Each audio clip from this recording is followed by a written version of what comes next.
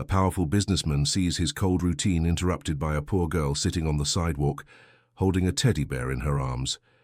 When he offers her money, he is surprised by a phrase that breaks him down inside. "I just wanted a father who loved me." Forgotten memories emerge, and what begins as a brief encounter turns into an irreversible change. If this story interested you, don't forget to subscribe to our channel and tell us what city you're watching us from. We'll keep going. The bitter December wind cut through the Manhattan streets like shards of glass, but Maxwell Reed barely noticed.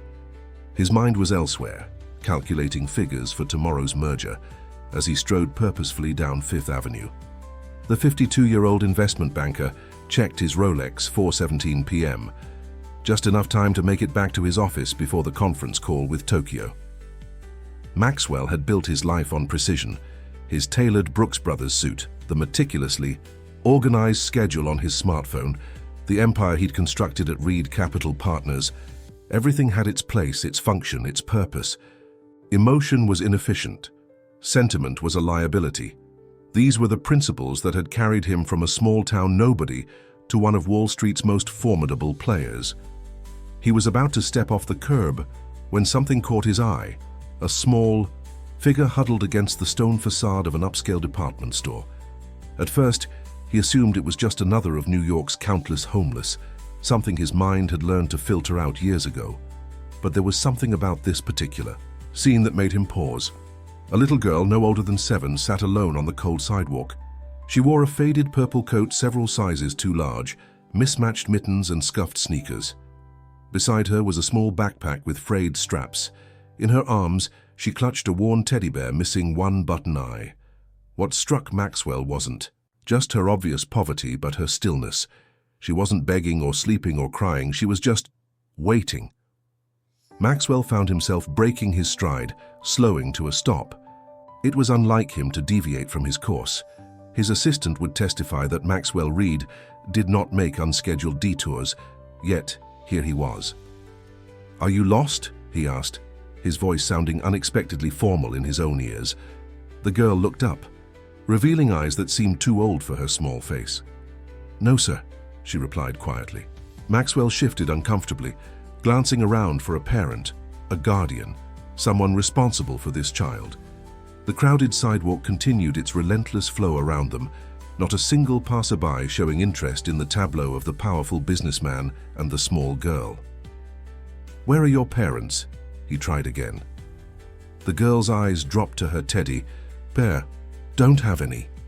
Maxwell reached into his wallet and extracted several crisp $100 bills. "Here," he said, extending them toward her. "Find somewhere warm to stay tonight." The girl didn't reach for the money. Instead, she looked directly into Maxwell's eyes with an unsettling clarity. "I don't want money," she said firmly. "I just wanted a daddy who loved me." The words hit Maxwell with unexpected force. Something shifted inside him, a memory perhaps, or the ghost of one. For a moment he was 10 years old again, standing in an empty house, waiting for a father who had forgotten to come home. Again. He found himself without words, an unfamiliar sensation for a man who negotiated billion-dollar deals over breakfast. The girl returned her attention to her teddy bear, dismissing him as though the conversation had reached its natural conclusion. Maxwell, feeling oddly rebuffed, straightened his tie and continued on his way. But he couldn't shake her words. Throughout his conference call, during his late dinner at Le Bernardin, even as he entered his penthouse apartment with its panoramic view of Central Park, the girl's face lingered in his thoughts. "I just wanted a daddy who loved me." Simple words that somehow found the hairline fracture in his carefully constructed armor.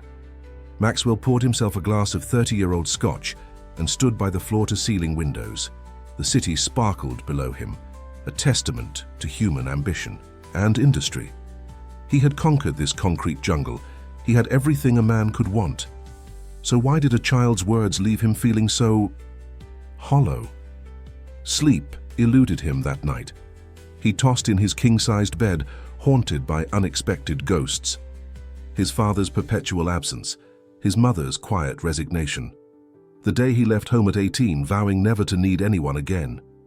The women who had come and gone in his life, none penetrating the wall he'd built around himself. his ex-wife. Caroline, who after 3 years of marriage had told him he was emotionally unavailable before walking out. By morning, Maxwell had convinced himself that the encounter was meaningless, a momentary weakness, nothing more. He dressed with his usual precision, ordered his driver to bring the car around and prepared to reclaim his ordered existence. But as the car navigated the morning traffic, Maxwell found himself saying, "Take me to Fifth Avenue, near the Bergdorf." Goodman's store. His driver, Thomas, raised an eyebrow but asked no questions. 15 minutes later, they pulled alongside the curb where Maxwell had seen the girl. She wasn't there. Of course she wasn't. What had he expected? Maxwell was about to instruct Thomas to continue to the office when he spotted a small purple sleeve peeking from the recessed doorway of a closed boutique just down the block. "Wait here," he told Thomas, stepping out into the cold morning air. The girl was there, curled up in the same oversized coat, the teddy bear still clutched to her chest. She appeared to be sleeping, her small body curved protectively around her only possession. Maxwell stood there feeling foolish. What was he doing? He had meetings scheduled. People were waiting for him. This wasn't his problem. Yet he couldn't walk away. "Hey," he said softly. "Wake up." The girl stirred, her eyes blinking open. Recognition dawned slowly as she focused on his face. "Money man," she murmured. Despite himself, Maxwell felt the corner of his mouth twitch. "My name is Maxwell Reed. What's yours?" She sat up, brushing her tangled blonde hair from her face. "Sonny," she said. "Sonny Williams." "Sonny? That's a nice name." Maxwell cleared his throat. "Are you hungry?" Sonny nodded cautiously. "There's a diner around the corner. Would you like some breakfast?" 20 minutes later, Maxwell watched in fascination as Sonny devoured a stack of pancakes, scrambled eggs, and 3 strips of bacon. She ate with the focused intensity of someone unaccustomed to regular meals. The waitress, a middle-aged woman, named Doris according to her name tag, kept shooting suspicious glances at Maxwell, clearly trying to determine if this odd pair was cause for concern. "How long have you been on the street?" Maxwell asked when Sonny finally slowed down. Sonny shrugged, taking a long sip of orange juice. "Since Miss Patty's house closed down." "Miss Patty's house?" "The lady who took care of us after the foster home. She got sick, and they closed her house." "And there was no one else to take you?" Sonny's eyes dropped to her teddy bear, which sat propped against the sugar dispenser. "They were going to send me to another place, but it was far away, and Mr. Buttons didn't want to go there." She patted the bear's worn head. "So we left." Maxwell felt something twist inside him. "How long ago was that?" "I don't know. When it was still warm, before the leaves fell." "Months then." This child had been surviving on the streets for months. "What about your parents?" he asked, trying to piece together her story. "My mom got really sick when I was little, and then she went away." Sonny's matter-of-fact tone somehow made the statement more heartbreaking. "I never had a dad." "And no other family? Grandparents, aunts or uncles?" Sonny shook her head, then brightened slightly. "Miss Patty said my aunt might come find me someday. She lives far away, but Miss Patty wrote her a letter. I'm waiting for her to come." The hope in her voice made Maxwell's chest ache. An aunt who might not exist or might never come was this child's only anchor. "Sonny," he said carefully, "it's very cold outside. Where are you sleeping?" "Different places. Sometimes the church lets people stay in the basement. Sometimes I find good spots." She lowered her voice to a conspiratorial whisper. "You have to be careful, though. Some people try to take your stuff." Maxwell nodded, as though they were discussing business strategy rather than a child's survival tactics. He found himself at a crossroads, one with no clear path forward. The rational part of his brain, the part that had built his empire, was already calculating the proper course. Call child services, make a generous donation to a shelter, perhaps set up a small trust for the girl's education. Clean, efficient, responsible. But another part of him, a part he barely recognized, was considering something else entirely. "Sonny," he heard himself saying, "would you like to come stay at my house? Just until we can find your aunt." Sonny regarded Maxwell with a guarded expression. her small fingers absently stroking Mr. Button's threadbare ear. "Is your house far?" "Not too far," Maxwell replied. "About 20 minutes from here." She seemed to consider this, weighing options with a gravity no 7-year-old should possess. "Can I leave if I want to?" The question caught Maxwell off guard. "Of course," he said, though he wasn't entirely sure what the proper protocol was. In this situation, could a child legally leave his care if she wished? He had no idea. But something told him that honesty was critical with this particular child. "Okay," Sonny finally said, "but Mr. Buttons comes too. I wouldn't dream of separating you two." Maxwell paid the bill, leaving a generous tip that made Doris's suspicion soften slightly. Outside, Thomas was waiting with the car, his eyes widening briefly at the sight of the small, disheveled girl clutching Maxwell's hand. "Thomas, this is Sonny. She'll be staying with me for a while." To his credit, Thomas merely nodded and opened the rear door. "Good morning, Miss Sonny." The girl hesitated before climbing in, clearly impressed by the Mercedes leather interior. "How your car is fancy," she observed, running a finger along the wood trim. "Thank you," Maxwell replied, feeling strangely pleased by her approval. During the drive to his Upper East Side penthouse, Maxwell made 3 calls.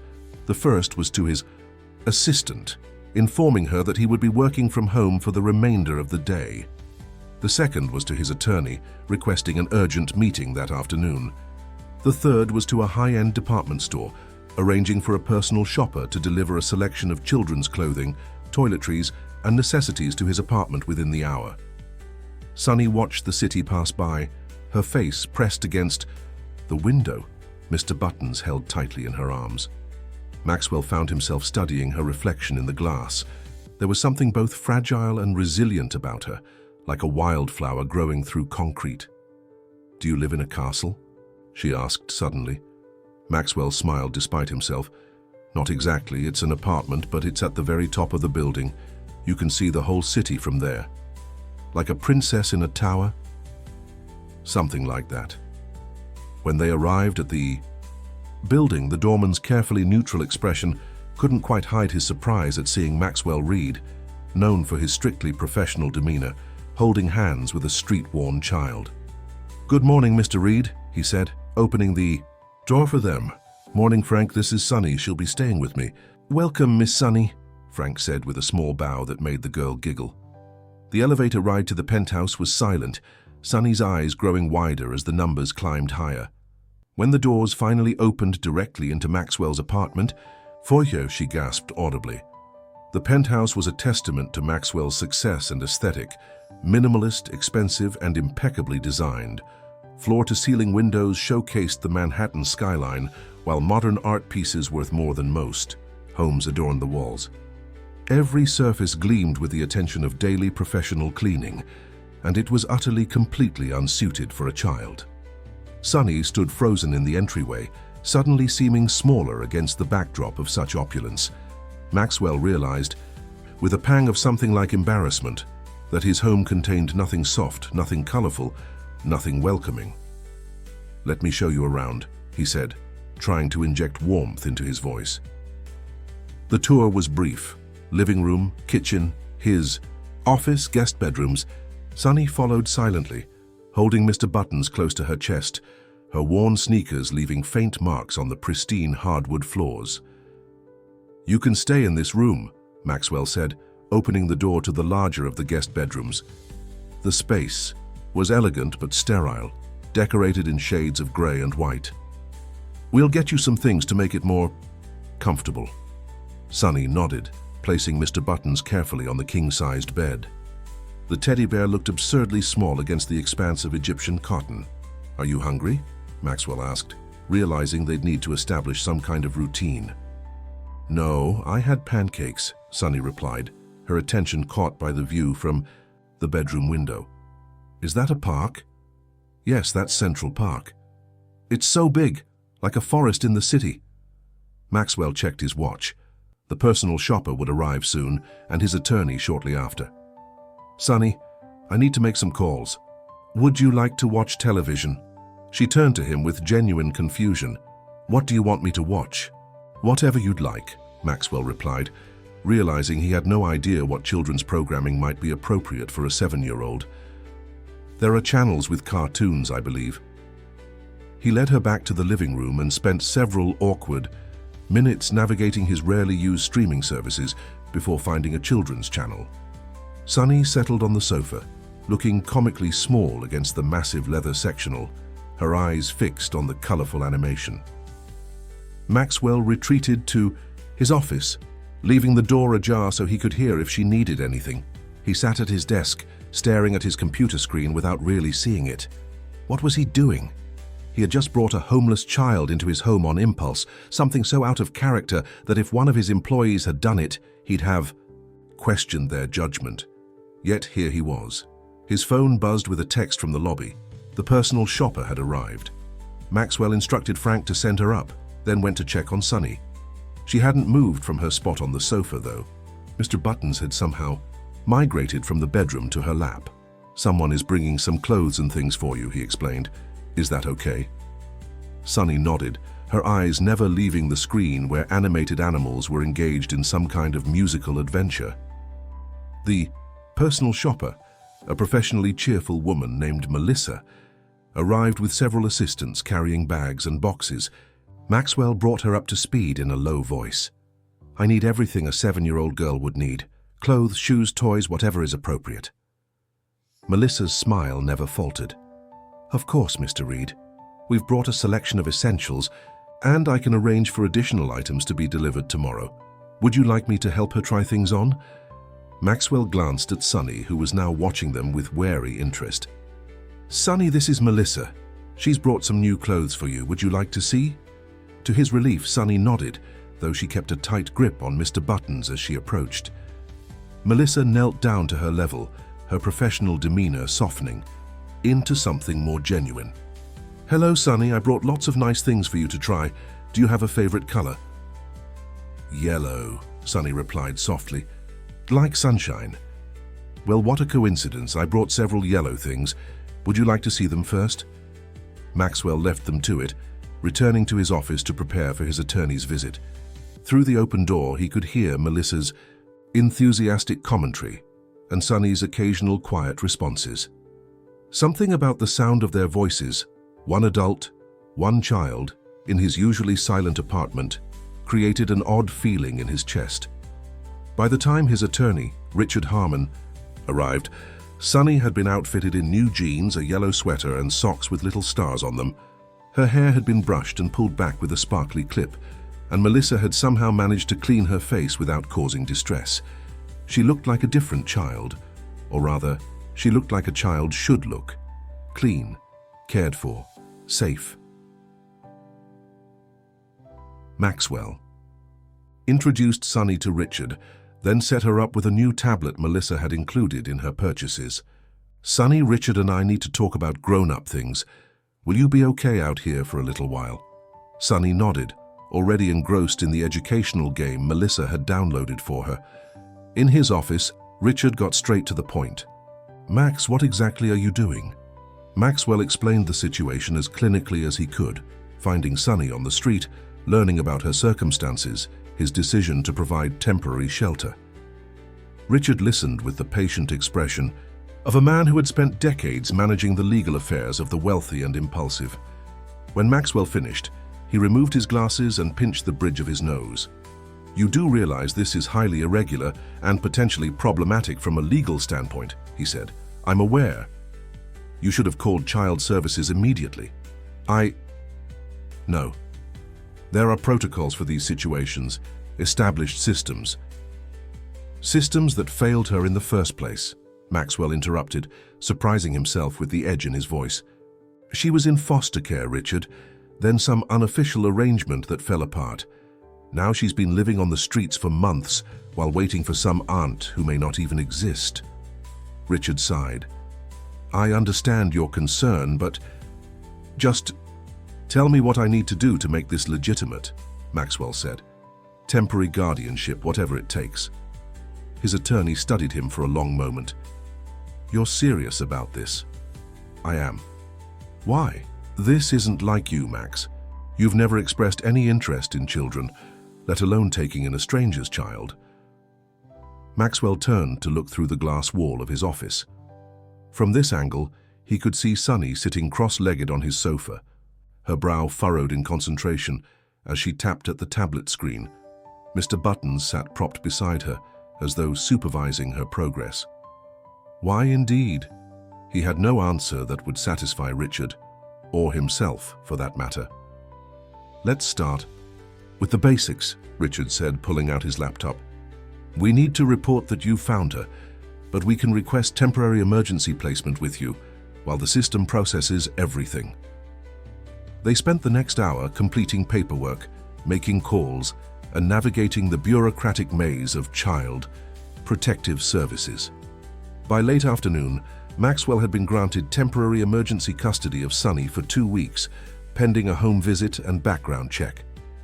This buys us time, Richard explained as he packed up his briefcase. But you need to think about what happens next, Max. Are you really prepared to become this child's guardian if no family member steps forward? Maxwell didn't have an answer. 24 hours ago, the idea would have been inconceivable. Now, he wasn't sure of anything. After Richard left, Maxwell found Sunny still engrossed in the tablet game. Are you hungry? He asked, realizing it was well past lunchtime. Sunny looked up. A little. Maxwell stared at his empty refrigerator with dawning horror. His housekeeper stocked it weekly with pre-made meals from an organic service, protein shakes and premium coffee. Nothing remotely suitable for a child. The pantry was equally unsuited for young appetites: imported olive oils, artisanal vinegars, specialty teas. I think we need to order some groceries, he said, reaching for his phone.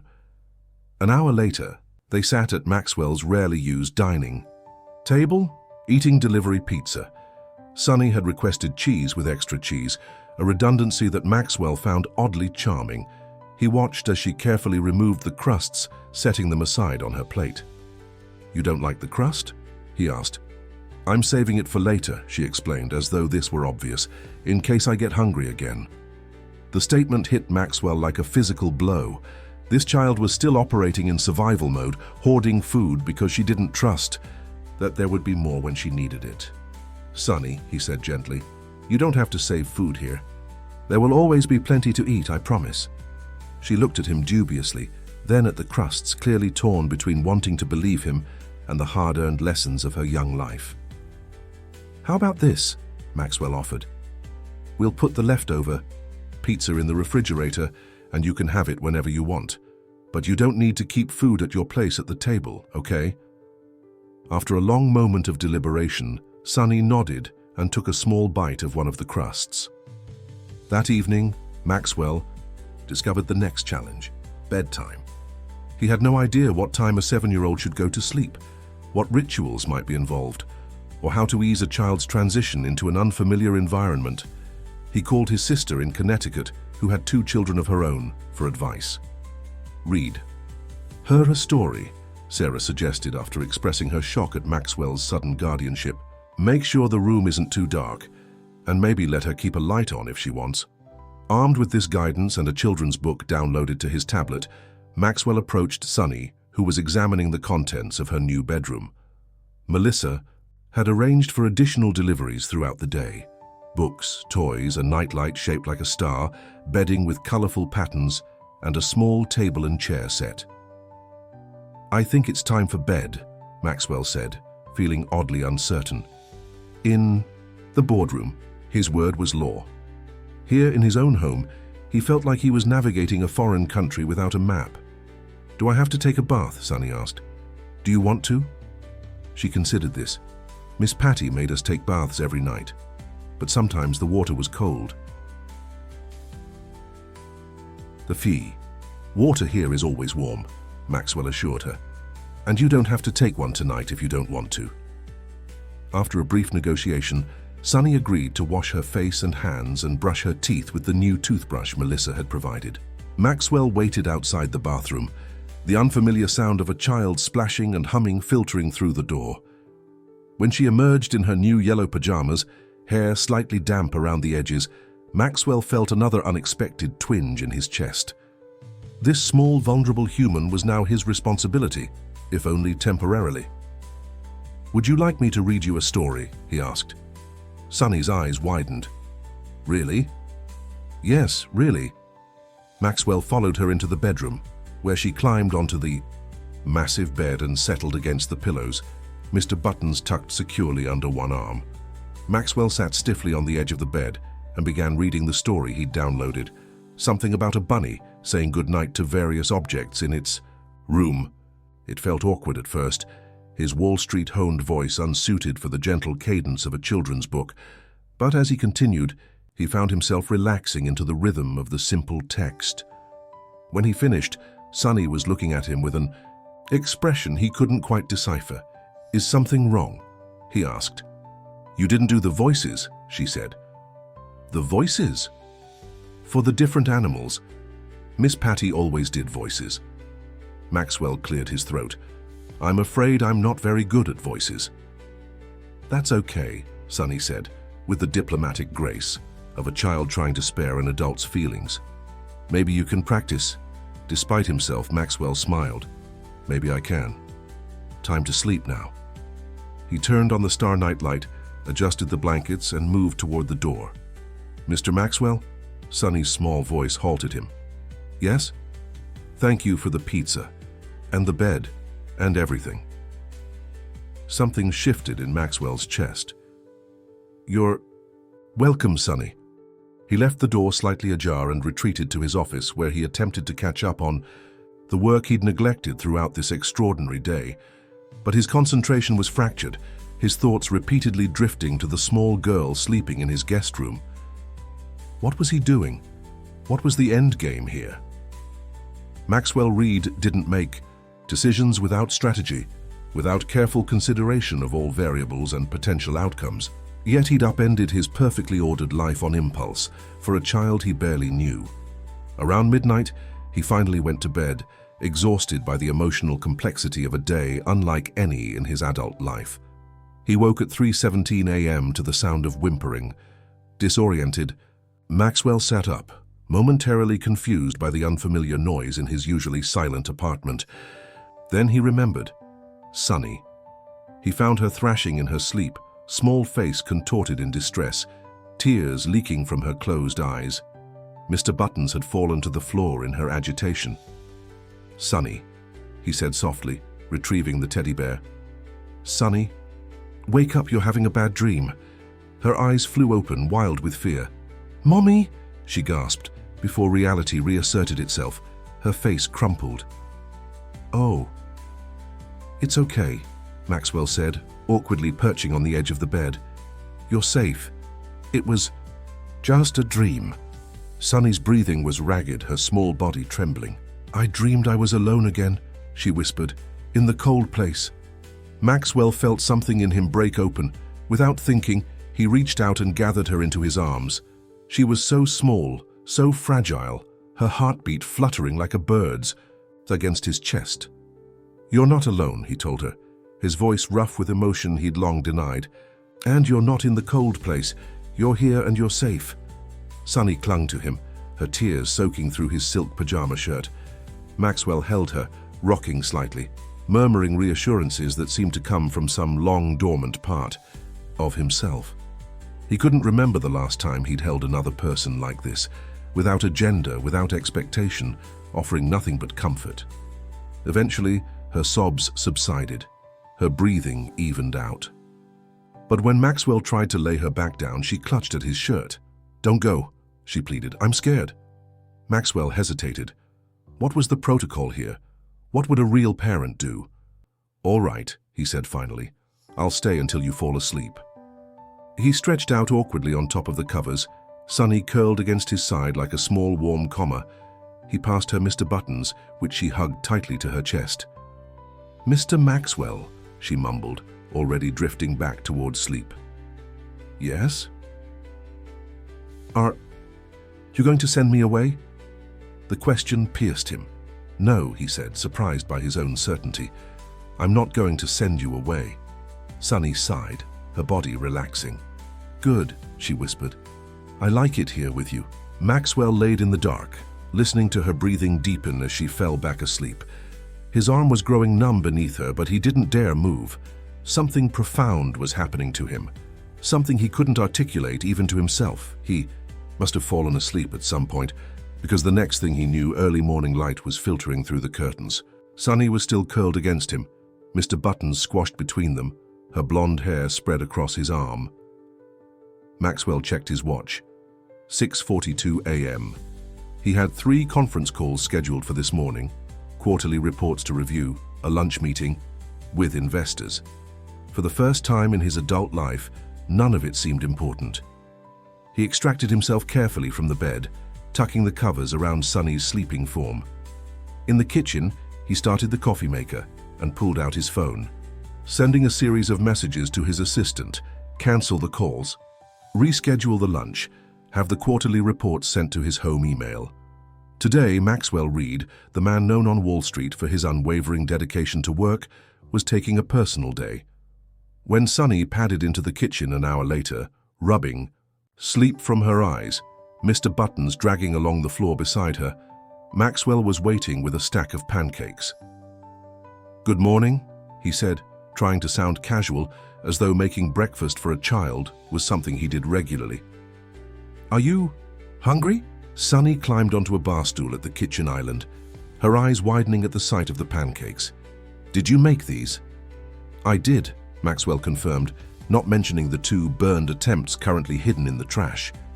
"But they don't come from a box," she observed, poking at them suspiciously. "No, I made them from scratch. My mother's recipe." A recipe he hadn't thought about in 20 years, yet had found himself recalling with perfect clarity as he whisked flour and eggs in a borrowed bowl.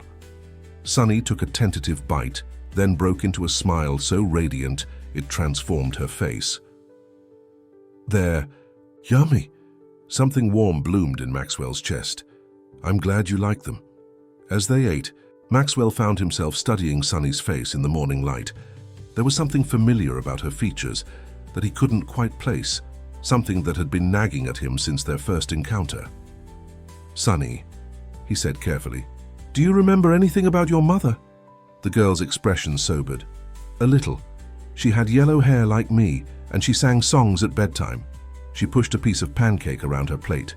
"She got really sick. That's what the ladies at the home told me." "And your father?" Sunny shook her head. "Never had one." Maxwell nodded, filing away this information. "You mentioned your aunt yesterday. Do you remember her name?" "Aunt Libby," Sunny said promptly. "Miss Patty said she lives far away in California. She's my mom's sister." Elizabeth, a common enough name, but it sent a chill down Maxwell's spine. Surely it couldn't be. After breakfast, Maxwell called Richard while Sunny was engrossed in a cartoon. "I need you to find someone," he said without preamble. "Elizabeth Williams, possibly in California. She would be the sister of Sunny's mother." "Do we have the mother's name?" Richard asked. Maxwell realized he didn't. "Not yet. I'll ask Sunny, but she's very young. Her information might not be reliable." "I'll see what I can do." The social worker should be visiting tomorrow, by the way. They'll want to interview Sunny alone. After hanging up, Maxwell sat beside Sunny on the sofa. "Can I ask you something important?" She nodded, muting the television without being asked. "Do you remember your mother's full name? Her first and last name?" Sunny's brow furrowed in concentration. Jennifer Williams, like me, but Sunny is just my nickname." She looked up at him. "My real name is Sarah Williams." Sarah. The name hit Maxwell like a physical blow. Sarah Williams. It couldn't be coincidence. "Are you okay, Mr. Maxwell?" "Sunny?" "No," Sarah asked, concern in her young voice. "Yes," he managed. "I'm fine. Thank you for telling me your real name, Sarah." She wrinkled her nose. "I like Sunny better. Mom called me Sunny because she said I made her happy even on rainy days." "Then, Sunny it is," Maxwell agreed, his mind racing. He excused himself and returned to his office, where he unlocked a drawer he rarely opened. Inside was a worn leather-bound photo album, one of the few sentimental items he'd kept from his youth. He flipped through it with trembling fingers until he found what he was looking for. A faded photograph of a college party, circa 1998. In it, a younger version of himself stood with his arm around a laughing blonde woman, Jennifer Williams, his college girlfriend for nearly 2 years. The woman he'd left when his ambition pulled him to New York and a prestigious investment banking position while she remained in Boston to pursue her art. The woman who'd called him 9 months later, a call he'd never returned because he was too busy building his future. The resemblance between Jennifer in the photo and Sonny was unmistakable. The same heart-shaped face, the same wide-set eyes, the same slightly crooked smile. Maxwell sat heavily in his chair, the implications crashing over him like waves. If Jennifer was Sonny's mother, and if Sonny was 7 years old, and if the timing aligned with that ignored phone call, could Sonny be his daughter? The thought was simultaneously terrifying and oddly right. It would explain the inexplicable pull he'd felt toward this child from their first encounter, the sense of recognition he couldn't place. He needed to know for certain. A DNA test would provide answers, but that would take time. For now, he needed more information about Jennifer. What had happened to her? When had she fallen ill? Why hadn't she or her sister tried to contact him again? Maxwell returned to the living room, where Sonny was now drawing on her tablet. She looked up and smiled at him, Jennifer's smile, and Maxwell felt his heart constrict. "Would you like to go to the park today?" he asked. Sonny's eyes widened. "The big forest park?" "Central Park, yes. It's a beautiful day." An hour later, they were walking through the park, Sonny marveling at the scale of it. It's like a whole world inside the city. While Maxwell tried to formulate how to ask the questions burning in his mind without alarming her. They stopped at a playground where Sonny cautiously approached the other children. Maxwell watched from a bench as she stood at the periphery, clutching Mr. Buttons, clearly wanting to join in but unsure how. His heart ached for her, for the normal childhood experiences she'd been denied. A little boy about Sonny's age approached, her pointing at Mr. Buttons. Maxwell tensed, ready to intervene if necessary, but Sonny smiled and said something that made the boy laugh. A moment later, they were racing toward the slide together, Mr. Buttons, temporarily abandoned on a bench. "First time at the park?" a woman asked, sitting down beside Maxwell. "Is it that obvious?" he replied. She laughed. "You have that hyper-vigilant look all new parents get. Don't worry, it gets easier." New parent. The words echoed in Maxwell's mind. Was that what he was becoming? "She's actually—" Maxwell hesitated, unsure how to explain. "I'm her guardian, temporarily." The woman nodded. "Foster parent. My sister fosters. It's challenging but rewarding work." "Something like that," Maxwell said, unwilling to elaborate. They chatted amiably as the children played.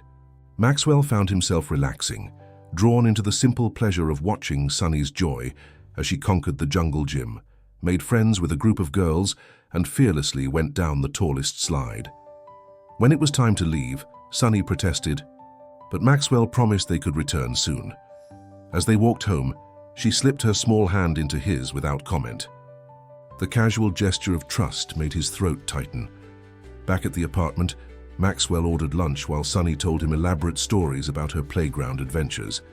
Her natural exuberance, temporarily hidden by caution and trauma, was beginning to emerge.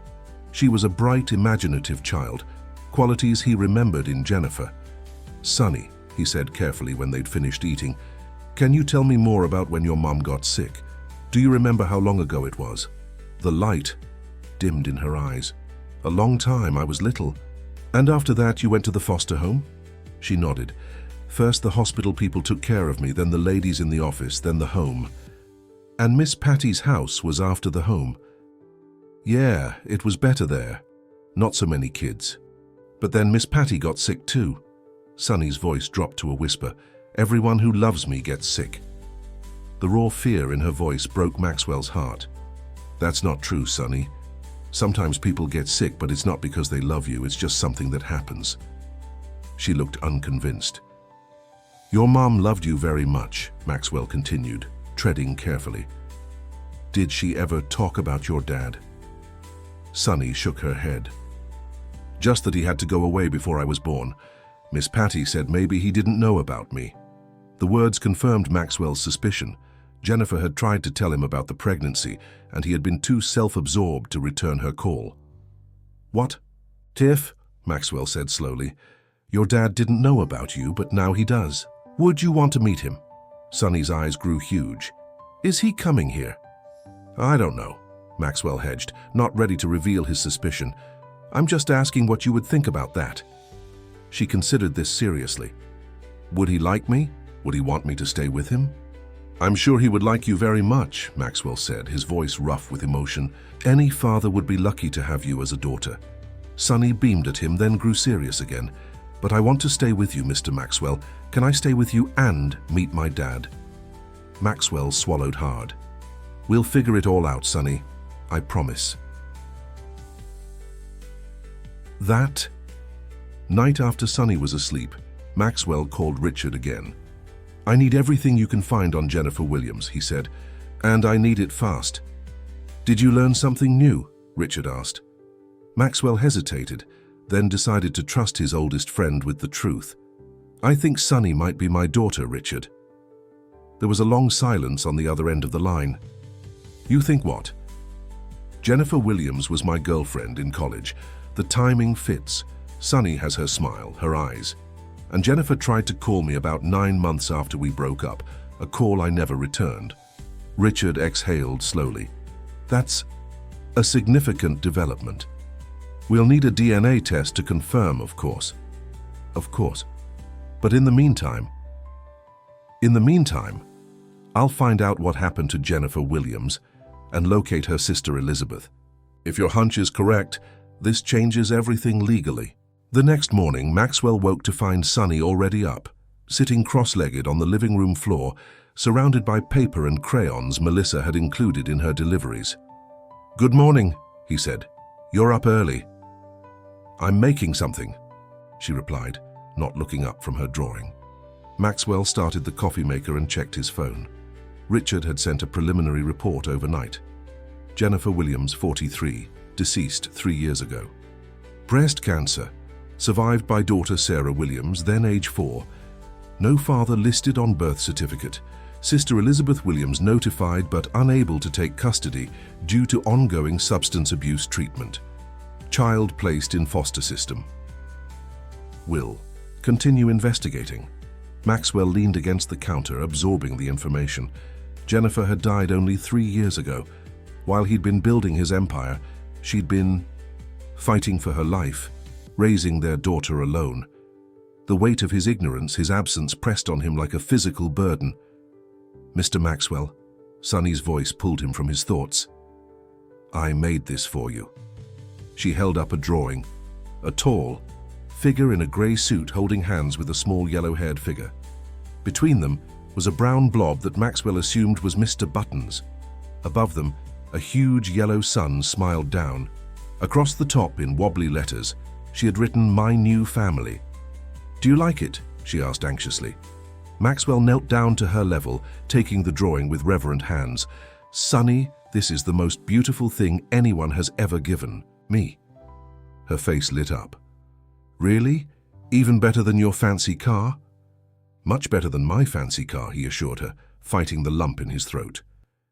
"Can we put it on the big cold box?" she asked, pointing to the refrigerator.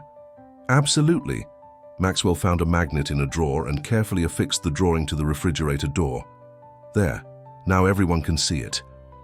Sonny beamed, then returned to her art supplies. Maxwell watched her for a moment, marveling at her resilience, her capacity for joy despite everything she'd endured. The social worker arrived at 10 a.m., a no-nonsense woman named Mrs. Chen, who examined the apartment with critical eyes. "You've made some appropriate adjustments for a child," she noted, surveying the toys, books, and child-sized furniture that now populated the once sterile space. "But there are safety concerns to address."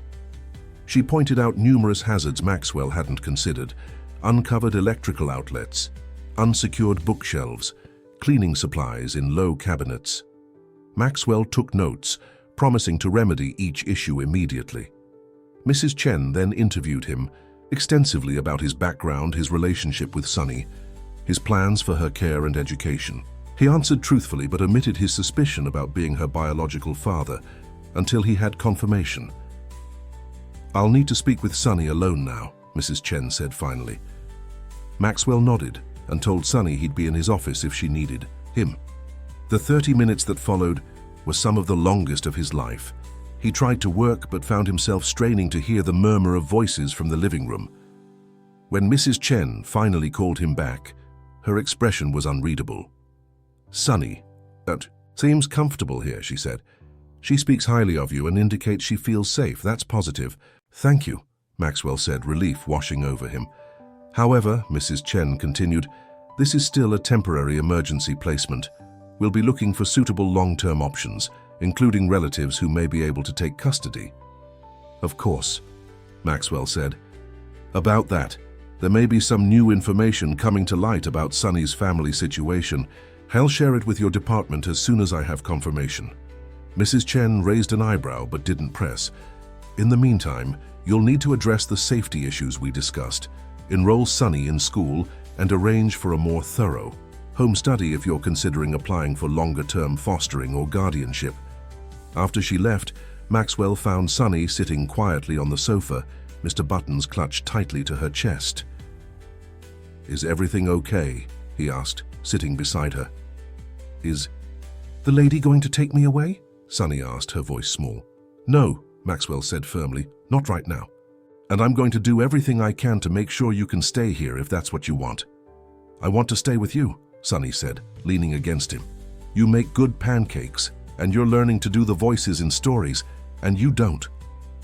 Get mad when I talk too much." Maxwell put his arm around her thin shoulders. "I want you to stay too, Sunny." That afternoon, Maxwell received a text from Richard. "DNA test arranged for tomorrow at 2 p.m. Also found something important. Call me." When Maxwell called, Richard's news was unexpected. "Elizabeth Williams completed rehab 2 years ago," he said. "She's been searching for her niece ever since, but the system lost track of Sarah after the unofficial placement with this Miss Patty person fell through. Elizabeth has a stable job now, an apartment in San Francisco, and has been working with California Child Services to establish eligibility as a foster parent, specifically to take in her niece if she's found." Maxwell felt a chill. "So if we locate her, she'll almost certainly petition for custody, yes, and as a blood relative with no disqualifying issues, she'd have a strong case." After hanging up, Maxwell stood at the window, watching Sunny play with a set of building blocks on the living room floor. The thought of losing her, just as he'd found her, just as he'd begun to suspect she might be his own child, was unbearable. But if Elizabeth had been searching for her niece all this time, didn't she deserve to know Sunny was safe? Didn't Sunny deserve to know she had family who wanted her? The ethical and emotional complexities overwhelmed him. For the first time in his adult life, Maxwell Reed, the man known for his decisive leadership, had no idea what the right course of action was. All he knew was that in less than a week, this small, bright soul had fundamentally changed him, and he would do whatever it took to protect her, even if that eventually meant letting her go. The DNA test was a simple procedure, a quick swab inside both their cheeks, sealed in separate containers, labeled and sent to a lab. Sunny thought it was a game, giggling as the nurse demonstrated how to rub the swab against the inside of her cheek. "Will we know today?" Maxwell asked the technician as Sunny examined the colorful fish in the office aquarium. "Results typically take 3 to 5 business days," the woman replied. "But given the circumstances, we can expedite to 48 hours. 2 more days of uncertainty." Maxwell nodded his thanks and took Sunny's hand. "How about ice cream?" he suggested. Her face lit up. "Really, it's not even after dinner." "Special occasion," Maxwell said, leading her out of the medical building. They found a small ice cream parlor a few blocks away. Sunny deliberated over the flavors with comical seriousness before selecting strawberry with rainbow sprinkles. Maxwell chose vanilla, predictable like so much of his life had been until recently. They sat at a small table by the window, watching pedestrians hurry past. Sunny's legs swung rhythmically beneath her chair, too short to reach the floor. She had a smudge of pink ice cream on her nose that she seemed unaware of. "Sonny," Maxwell said carefully, "I need to tell you something important." She looked up, her expression immediately wary. Maxwell had learned that this was her default reaction to serious conversations, a child who'd experienced too many life-altering announcements delivered by solemn adults. "It's not bad news," he hastened to add. "At least I don't think so. It's about your aunt." "Aunt Libby?" Sonny's eyes widened. "Did you find her?" "I think so. She lives in San Francisco, just like you said, and she's been looking for you for a long time." Sonny processed this, her small face a study in conflicting emotions. "Does she want me to come live with her?" "I don't know yet," Maxwell said truthfully. "We haven't contacted her. I wanted to talk to you first. But I want to stay with you," Sonny said, her voice rising slightly. "I don't want to go to San Francisco." "Shh, it's okay," Maxwell soothed, reaching across the table to take her small hand. "No one is making any decisions right now. I just wanted you to know that she exists and that she cares about you." Sonny relaxed slightly, but still looked troubled. "Would I have to go on an airplane by myself?" "No, absolutely not. You wouldn't go anywhere without me, I promise." This seemed to reassure her. She resumed eating her ice cream, though with less enthusiasm than before. "There's something else," Maxwell continued, steeling himself. "Something about your dad." Sonny froze, the spoon halfway to her mouth. "My dad? Do you know him?" Maxwell took a deep breath. "I'm not certain yet, but I think I might be your dad, Sonny." The spoon clattered to the table. Sonny stared at him, ice cream forgotten, her eyes enormous in her small face. "You?" "It's possible," Maxwell said carefully. "I knew your mom a long time ago, before you were born. That's why we did the test today, to find out for sure."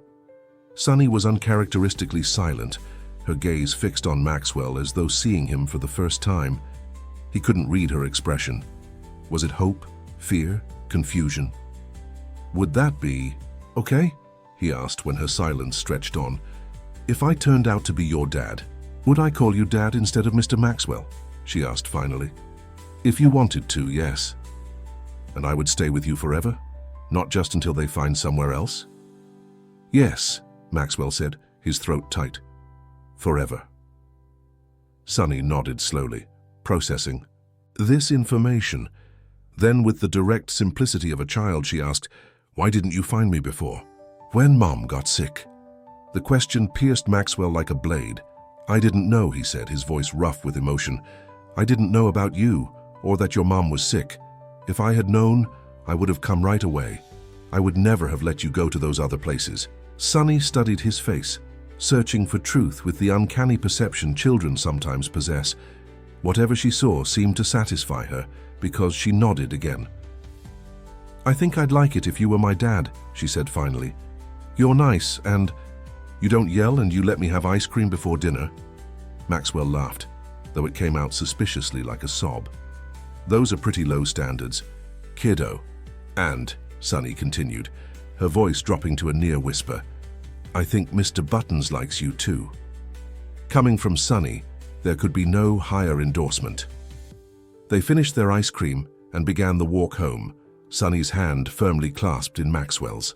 She skipped occasionally, seeming lighter somehow, as though a burden had been lifted. Maxwell, however, felt the weight of responsibility more acutely than ever. If the test confirmed his paternity, everything would change. His life, his priorities, his identity, all would be fundamentally altered. And while he was increasingly certain this was what he wanted, the magnitude of the change was daunting. And what about Elizabeth Williams? If Sonny was his daughter, he had legal rights that would likely supersede Elizabeth's claim as an aunt. But was that fair to either of them? Elizabeth had been searching for her niece for years. She'd gotten sober, built a stable life, all with the hope of providing a home for her sister's child. These questions plagued Maxwell throughout the evening as he prepared dinner, pasta with butter and cheese, Sonny's current favorite, supervised bath time, complete with a fleet of rubber ducks Melissa had sourced, and read 2 bedtime stories with increasingly proficient voices. After Sonny was asleep, Maxwell called his sister Sarah again. "How's it going with your surprise child?" she asked, the gentle teasing in her voice belying her genuine concern. Maxwell hesitated, then told her everything. His suspicion that Sonny was his biological daughter, the DNA test, the aunt in California, the growing attachment he felt to this child who had stumbled into his life less than a week ago. Sarah was silent for a long moment after he finished. "That's a lot, Max. I know. Are you sure you're ready for this? Being a father isn't something you can delegate or outsource when it gets difficult. It's 24/7 for the rest of your life." "I know that," Maxwell said, "and a week ago I would have said I wasn't ready, that I'd never be ready. But now..."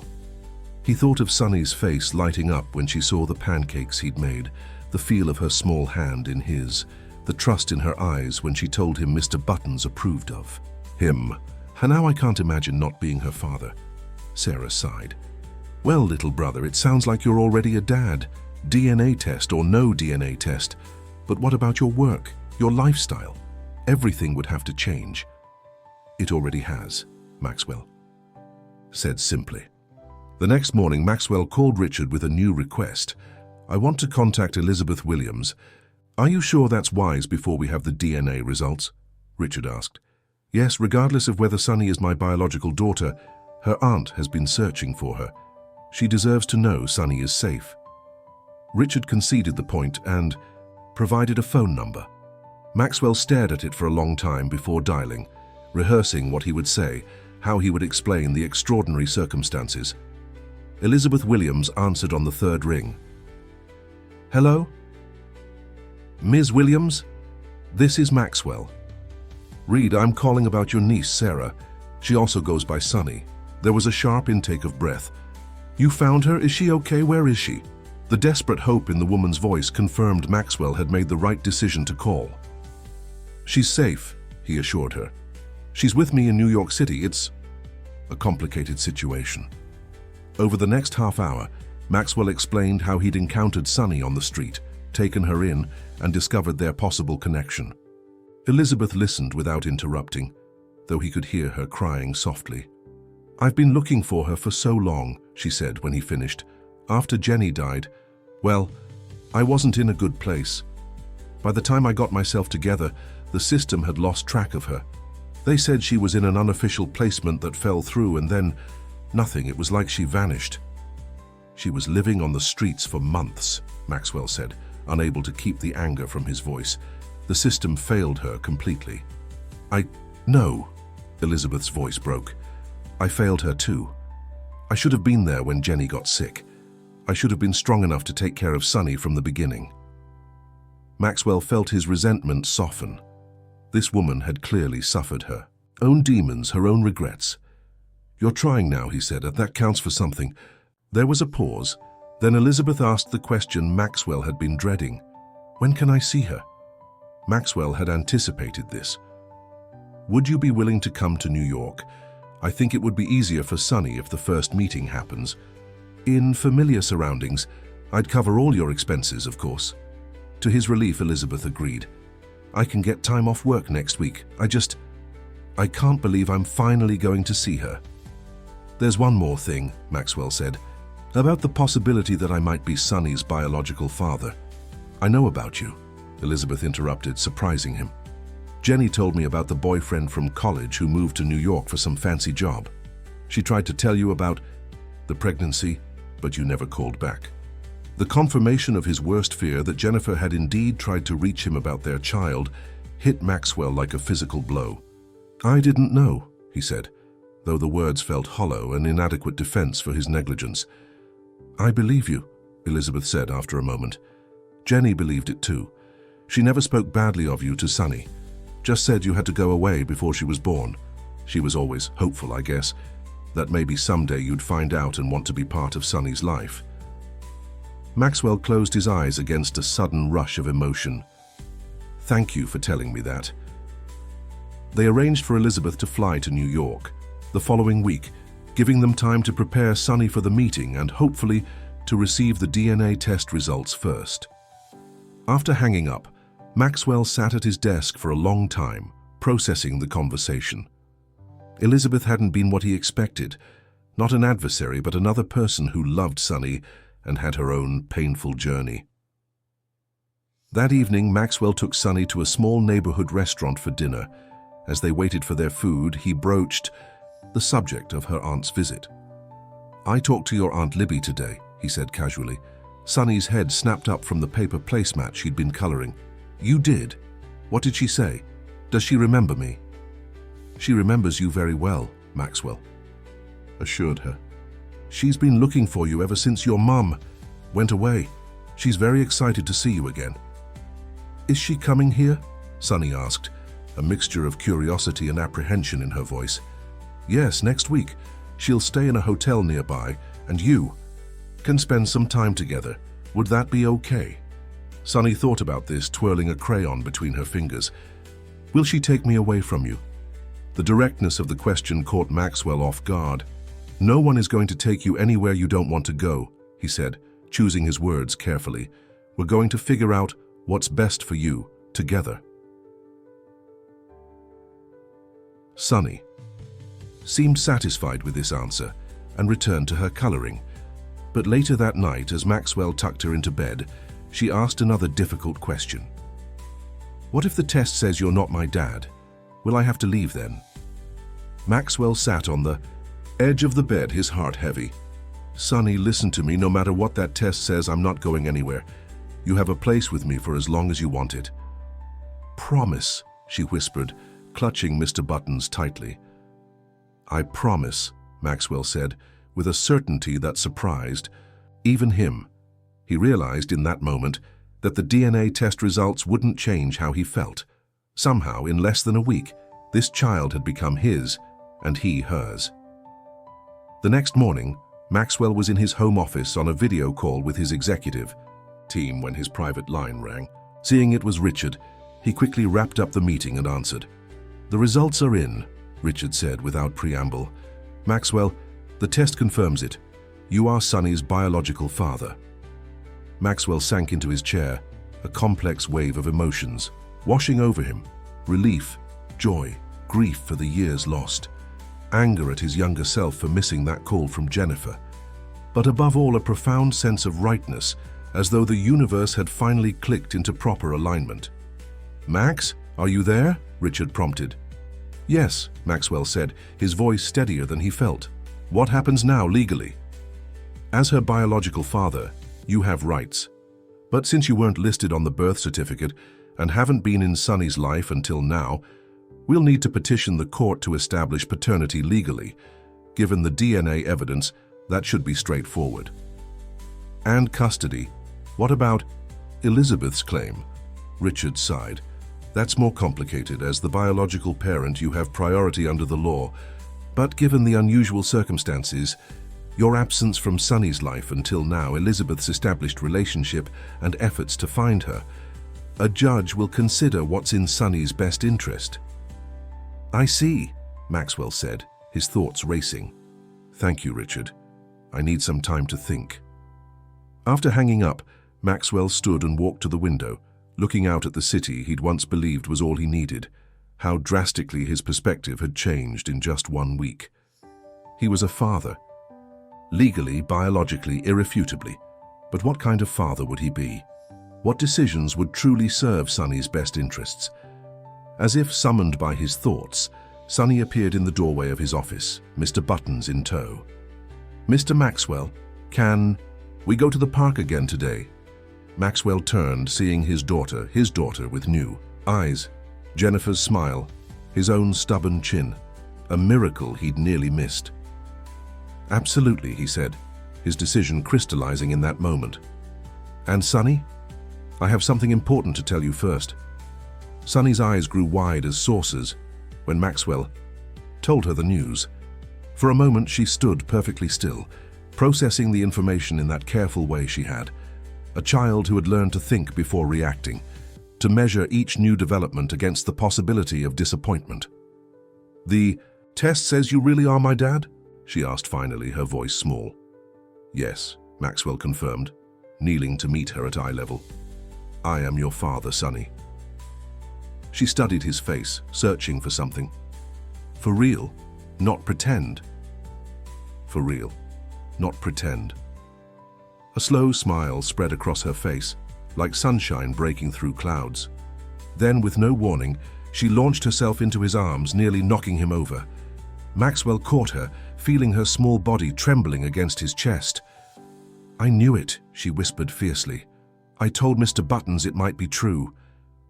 Maxwell held her tightly, his own eyes stinging with tears he hadn't allowed himself in years. "I'm sorry I didn't find you sooner," he said, his voice rough. "I'm so sorry you had to wait so long." Sunny pulled back to look at him, her expression suddenly serious. "Hey, it's okay, you didn't know and you found me now." The simple forgiveness in her words humbled him. This child who had suffered so much could extend grace so freely. "Yes," he agreed, "I found you now, and I'm never letting you go again." Sunny did go to the park that day, but first Maxwell called the school he'd researched, a progressive private academy known for its supportive environment and resources for children with diverse needs. After explaining Sunny's situation, he arranged for her to visit the following day. As they walked through Central Park, Sunny skipping beside him and occasionally stopping to examine a particularly interesting leaf or pebble, Maxwell found himself mentally reorganizing his entire life.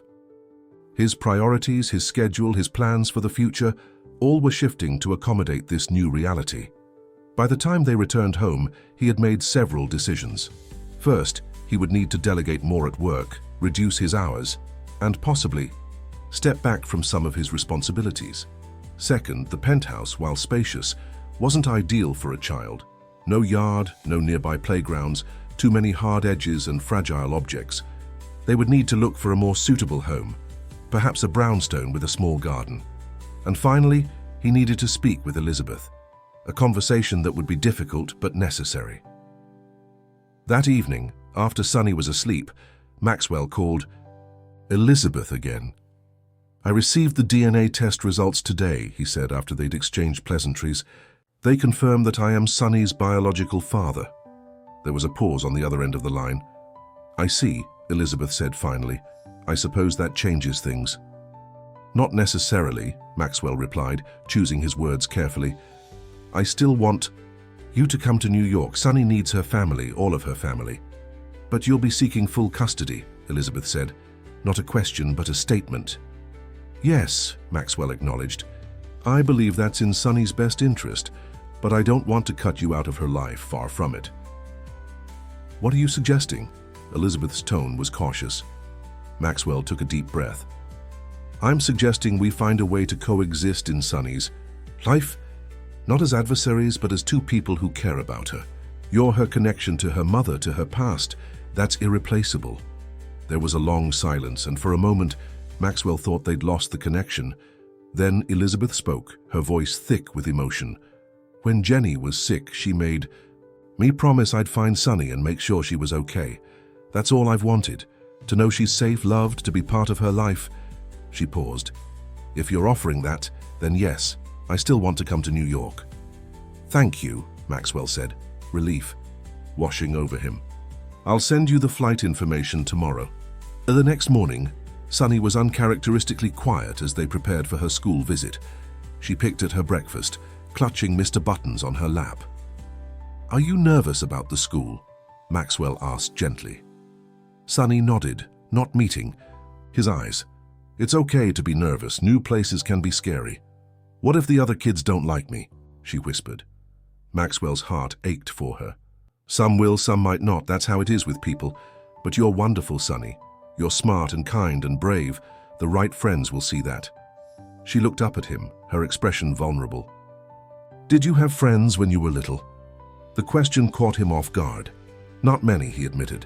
"I was pretty serious as a kid, but the friends I did have were important to me." "Like my mom?" Sunny asked innocently. Maxwell smiled. "Yes, like your mom. She was my very good friend before she was my girlfriend. She was funny and creative and saw the world in a different way than most people." Sunny seemed to take comfort in this. "Will you tell me more about her sometime? I don't remember everything." Absolutely, Maxwell promised. And your Aunt Libby will have stories too. She's coming to visit next week, remember? I remember, Sunny said, then hesitated. Dad? It was the first time she'd called him that, and the word sent a jolt through Maxwell's chest. Yes? Will Aunt Libby be mad that you're my dad now? Maxwell chose his words carefully. She might be surprised, or even a little sad, because she wanted to take care of you herself. But I don't think she'll be mad. We both want what's best for you. This seemed to satisfy Sunny, who nodded and took a small bite of her toast. The school visit went better than Maxwell had dared hope. The director, Dr. Harrison, was warm and welcoming, taking time to speak directly to Sunny rather than talking over her head to Maxwell. She showed them the classrooms, the art studio, the library, and the playground, allowing Sunny to explore each space at her own pace. Given Sunny's irregular educational background, we'll need to assess where she stands academically, Dr. Harrison explained quietly to Maxwell while Sunny examined the classroom bookshelf. But she seems bright and curious. Children are remarkably resilient. When could she start? Maxwell asked. We have an opening in our second grade class. Assuming the assessment goes well and the paperwork is in order, she could begin next Monday. Maxwell glanced at Sunny, who was now chatting with a teacher about a book she'd found. I think she'd like that. On the way home, Sunny was animated, talking about the school's art room and the class hamster named Peanut. And they have a whole shelf of books about space, Dad. Can I go on Monday, please? Say if you want to, yes, Maxwell said, still adjusting to being called Dad, but loving the sound of it. I want to, Sunny confirmed, but her expression grew troubled. But what, sweetheart? Will you still want me if I'm not smart enough? The other kids probably know more than me. Maxwell stopped walking and knelt in front of her, heedless of the pedestrians flowing around them on the busy sidewalk. Sunny, listen to me. There is nothing you could do or be that would make me not want you. You are my daughter, and I love you exactly as you are. It was the first time he'd said the words out loud, though he'd felt them growing in his heart since the moment he'd found her on that cold sidewalk. Sunny's eyes filled with tears, and she threw her arms around his neck. I love you too, Dad, she whispered. The days leading up to Elizabeth's visit were filled with preparations. Sunny had her academic assessment at the school. She was behind in reading, but ahead in math, shopping for school supplies, and conversations about what having an aunt meant. Maxwell, meanwhile, was restructuring his professional life. He appointed his longtime deputy, James, as interim CEO, retained his position as chairman of the board, and announced his intention to work reduced hours for the foreseeable future. The news sent ripples through Wall Street, but Maxwell found he cared far less about market reactions than he once had. On Thursday evening, Maxwell's sister Sarah arrived from Connecticut, eager to meet her newly discovered niece. Sunny was shy at first, hiding partially behind Maxwell when Sarah walked in, but quickly warmed up when Sarah presented her with a hand-knitted scarf in sunny yellow. I'm your Aunt Sarah, she explained to a wide-eyed Sunny. You and I have the same name, but I like Sunny better, the child confided. Sarah laughed. I like Sunny better too, it suits you. Later, while Sunny was engrossed in a new puzzle Sarah had brought, Maxwell's sister cornered him in the kitchen. She's wonderful, Max, she said quietly. And I've never seen you like this. Like what? Maxwell asked, pouring coffee for them both. Happy, Sarah said simply. Centered. Like you've finally found what you've been looking for all these years. Maxwell glanced toward the living room where Sunny's blonde head was bent over the puzzle, her small face a study in concentration. I think maybe I have, he admitted. Sarah squeezed his arm. Mom and Dad would be proud, you know, especially Mom. The mention of their parents, both gone for over a decade, caught Maxwell by surprise. He hadn't thought about how they would have reacted to Sunny, to his unexpected fatherhood. His mother would indeed have been thrilled. She'd always wanted grandchildren. His father was harder to predict, a distant, work-obsessed man who had shown affection rarely and approval even less frequently. With sudden clarity, Maxwell realized how much of his father he had become, driven, emotionally unavailable, measuring success in dollars and deals rather than relationships, and how quickly Sonny had begun to change that, to heal wounds he hadn't even acknowledged. "I hope so," he said finally. "I'm trying to do better than—" He trailed off. "Better than Dad did," Sarah finished gently. "You already are, Max. Miles better." The validation from his sister, who had shared his childhood experiences, meant more than he could express. Friday morning brought a text from Elizabeth. "Just landed. Heading to the hotel now, nervous but excited." Maxwell had arranged for Elizabeth to meet Sonny that afternoon at the apartment, with Sarah present to help ease any potential tension. He'd explained to Sonny that her aunt was coming and that she used to know Sonny when she was very little, but that it had been a long time. "She might be a little nervous," Maxwell told Sonny as they straightened the living room together. "Just like you might be, that's okay." "Did she know my mom well?" Sonny asked, carefully arranging Mr. Buttons on the sofa. "Very well. They were sisters, like how Sarah is my sister." Sonny nodded thoughtfully. "Will she be sad when she sees me because I look like Mom?" Maxwell was continually amazed by this child's emotional intelligence. "She might be, a little, but mostly, she'll be happy because she's been looking for you for a long time." At precisely 3 p.m., the doorman called to announce Elizabeth's arrival.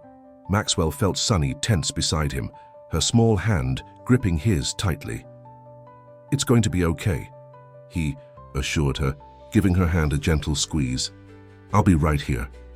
When Elizabeth stepped off the elevator, Maxwell was struck by how much she resembled Jennifer.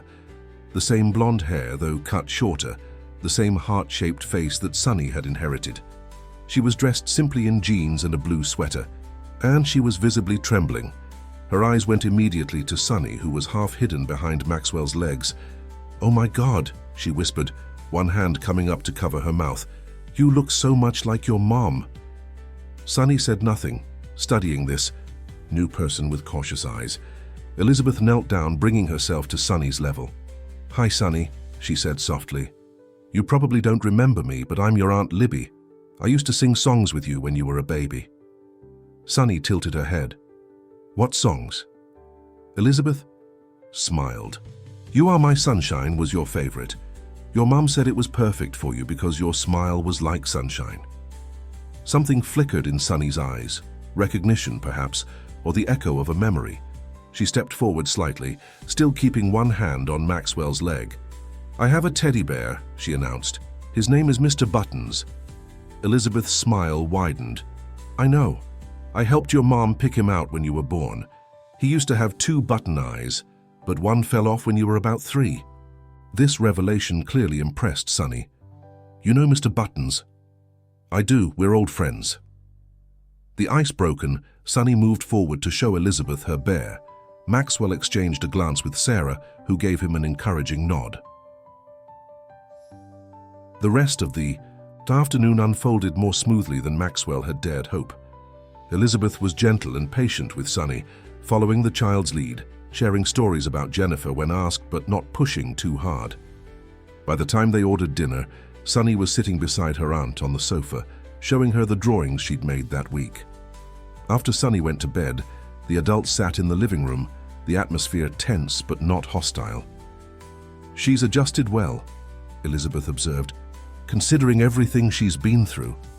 "She's remarkable," Maxwell agreed, "resilient in ways no child should have to be." Elizabeth nodded, then looked directly at Maxwell. "So what happens now?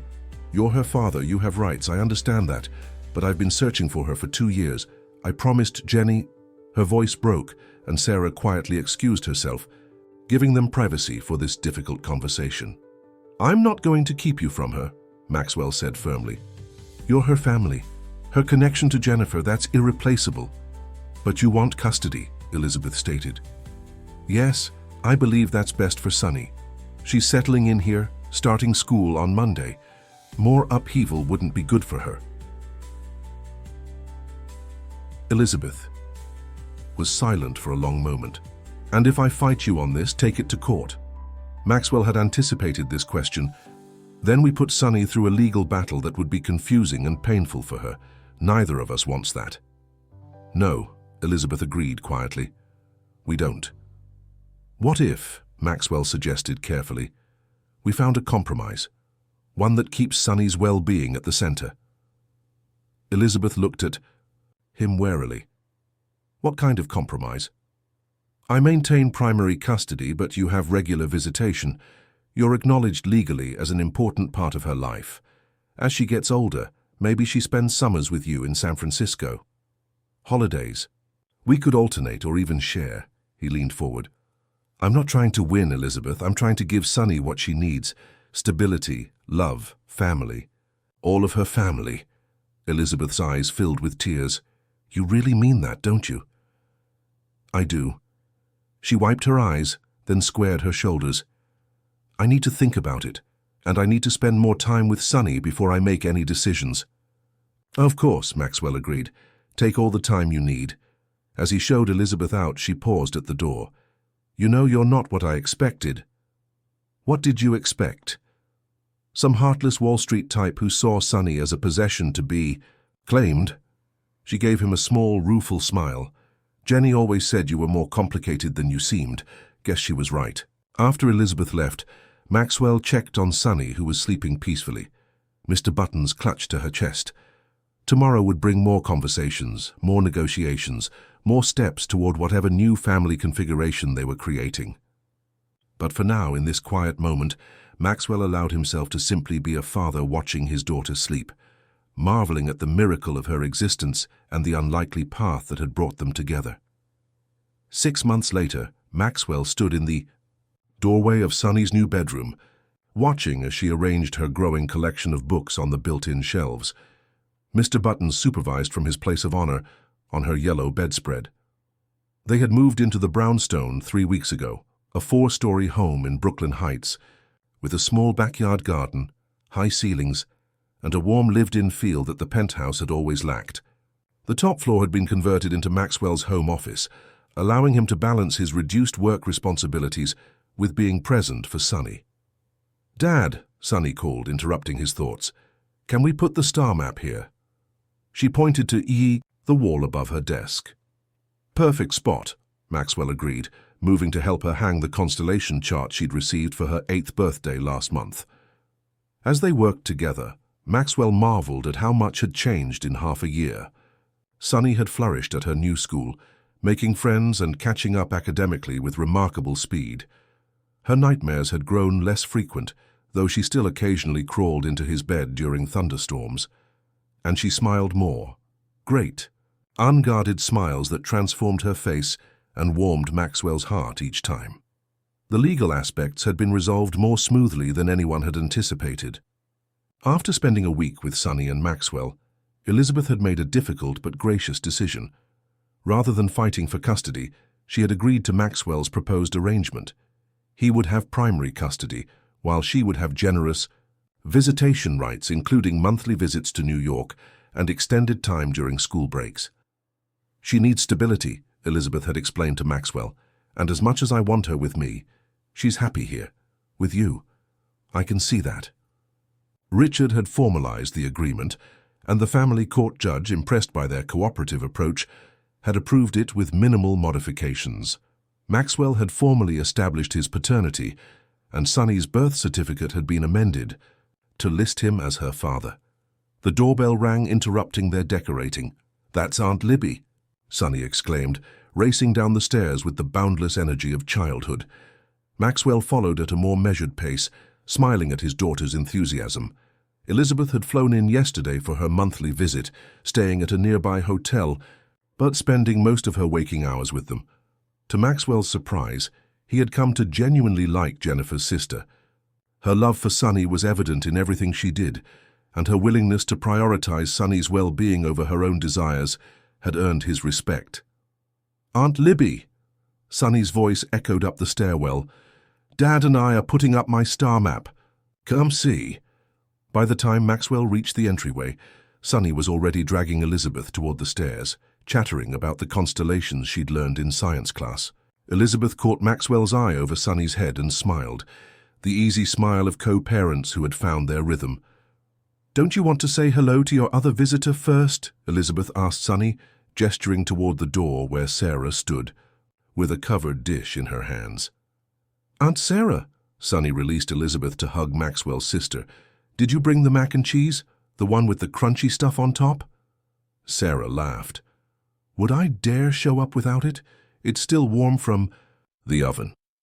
Maxwell's sister had become a regular presence in their lives, driving in from Connecticut most weekends. Her children, Jason and Mia, had embraced their cousin with enthusiasm, and Sonny adored her older cousins with the fervor of an only child, suddenly blessed with near siblings. "Why don't you show Aunt Libby your room while I help Aunt Sarah in the kitchen?" Maxwell suggested. As the women and Sonny headed upstairs, Maxwell carried the casserole to the kitchen, Sarah following behind him. "The house looks amazing," she commented, glancing around the open-concept kitchen and dining area. "You've done a wonderful job making it feel like home." "We've done it together," Maxwell corrected, setting the dish on the counter. "Sonny has very strong opinions about decor." Sarah smiled, then her expression grew more serious. "How are things with Elizabeth? Really?" Maxwell considered the question. "Better than I could have expected," he said honestly. "She loves Sonny, and she's respectful of my role as Sonny's father. We don't always agree on everything, but we're learning to communicate." "It's remarkable," Sarah observed. 6 months ago, you were a confirmed bachelor married to your work. Now you're a single dad coordinating with your daughter's aunt and building a whole support system." Maxwell smiled ruefully. "If you'd told me a year ago this would be my life, I'd have thought you were insane." "Are you happy?" Sarah asked, studying his face. The question gave Maxwell pause. Happiness had never been his goal. Success, achievement, recognition, these were the metrics by which he'd measured his life. Happiness seemed too ephemeral, too subjective to pursue. Yet as he thought about his life now, the chaos of school mornings, bedtime stories, weekend outings to museums and parks, the small triumphs of Sonny's growing confidence, the warm satisfaction of creating a home and family where there had been none, he realized there was no other word for what he felt. "Yes," he said, surprising himself with the simplicity of the answer. "I'm happy." Sarah squeezed his arm. "It looks good on you, little brother." Dinner that evening was a lively affair. Elizabeth shared stories about her work at a community art center in San Francisco. Sarah updated them on her children's activities, and Sonny regaled them all with a detailed account of her class's field trip to the Natural History Museum. "Asmo," Maxwell looked around the table, at his daughter's animated face, at the women who had become her auxiliary mothers, at the home they were building together. He felt a sense of completion he'd never known in his years of corporate success. After dinner, while Sarah and Elizabeth cleaned up, waving away his offers to help, Maxwell took Sonny upstairs for her bath and bedtime routine. As he tucked her in, he noticed she seemed unusually pensive. "Everything okay, sunshine?" he asked, sitting on the edge of her bed. Sonny fidgeted with Mr. Button's remaining button eye. "Can I ask you something, Dad?" "Anything." "Are you and Aunt Libby going to get married?" The question caught Maxwell completely off guard. "What?" "No, sweetheart, why would you think that?" Sonny shrugged. "Mia said when divorced parents share a kid, sometimes they get married so everyone can be together." Maxwell suppressed a smile. "Aunt Libby and I were never married, so we can't be divorced. And while I care about her very much as your aunt, we're not in love with each other." "Oh," Sonny seemed to consider this. "So you won't ever get married?" "I might someday," Maxwell said carefully. "If I meet someone special, would that bother you?" Sonny thought about it seriously. "I think it would be okay. As long as she's nice and likes Mr. Buttons." "That's a very good standard," Maxwell agreed solemnly. "Anyone who doesn't appreciate Mr. Buttons clearly isn't right for this family."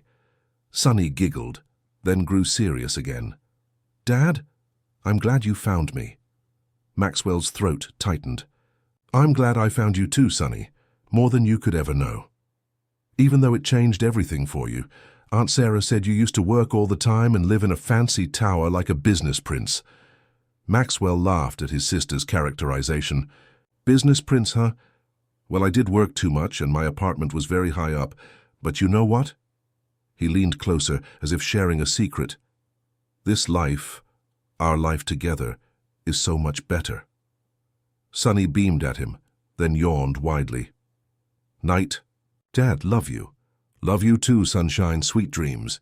Maxwell turned on her star-shaped nightlight and left the door ajar, just as he had that first night in the penthouse that now seemed a lifetime ago. Downstairs, he found Elizabeth and Sarah on the patio, sharing a bottle of wine in the mild spring evening.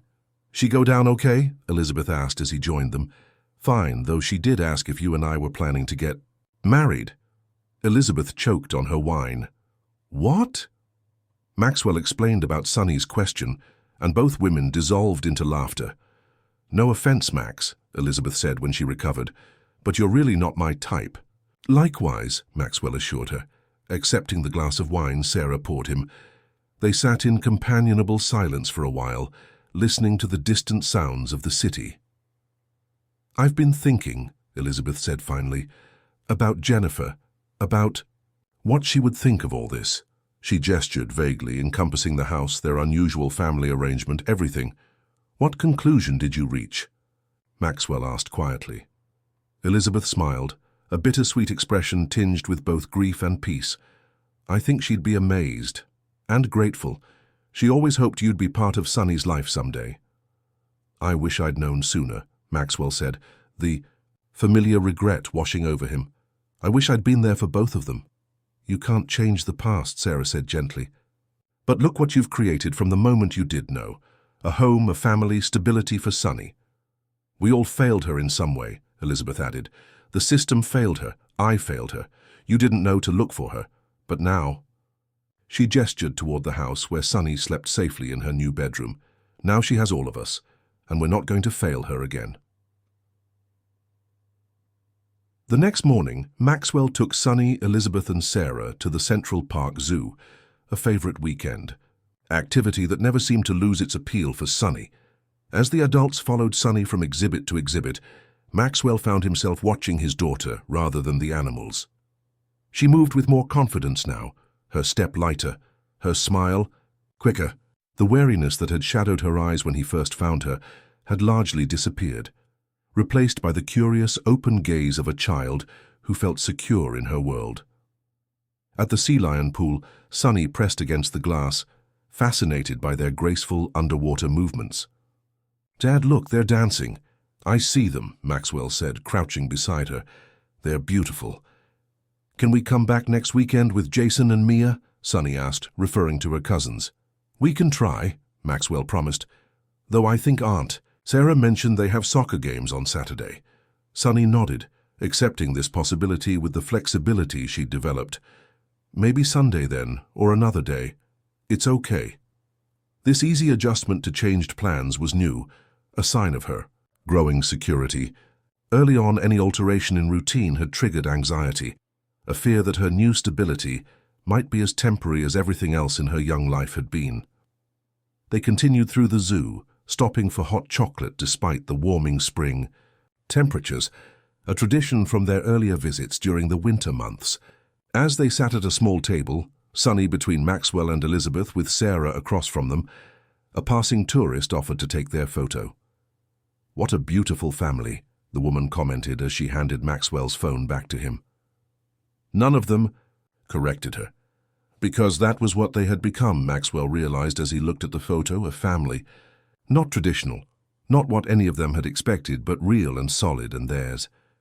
That evening, after Elizabeth returned to her hotel and Sarah headed back to Connecticut, Maxwell sat in Sonny's room, reading her the next chapter in the novel they'd started together. She was fighting sleep, determined to hear what happened next in the story, but her eyelids were growing heavier with each page. "I think that's enough for tonight," Maxwell said, marking their place. "We'll continue tomorrow." "Just one more." "Page," Sonny pleaded, but a yawn undermined her case. "Tomorrow," Maxwell promised, tucking the blanket around her. "The story will still be there." As he turned to leave, Sonny's small voice stopped him. "Dad, remember when we first met and I told you I didn't want money?" Maxwell turned back, surprised by the reference to that fateful encounter. "I remember. I said I just wanted a daddy who loved me." Maxwell's heart contracted painfully in his chest. "Yes, you did." Sonny smiled sleepily, already drifting toward dreams. I got what I wanted. Maxwell stood in the doorway long after Sonny had fallen asleep, watching the gentle rise and fall of her chest, the peaceful expression on her face. He thought about the man he had been 6 months ago, successful by every external measure, yet hollow inside. And the man he was becoming now, less certain, more vulnerable, but infinitely more alive. He had encountered a child on a cold sidewalk and offered her money, thinking that was what she needed. Instead, she had offered him the one thing his wealth couldn't buy, the chance to love and be loved, to create a family from the broken pieces of their separate lives. Maxwell closed Sonny's door softly and went downstairs to the living room.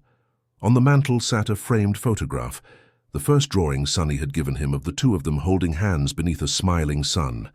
Beside it was the new photo from today, their unconventional family at the zoo, all of them smiling, connected by the small girl at the center. He had gone looking for success and found emptiness. Sonny had gone looking for family and found the same. And somehow, against all odds, they had found each other in the vastness of New York City,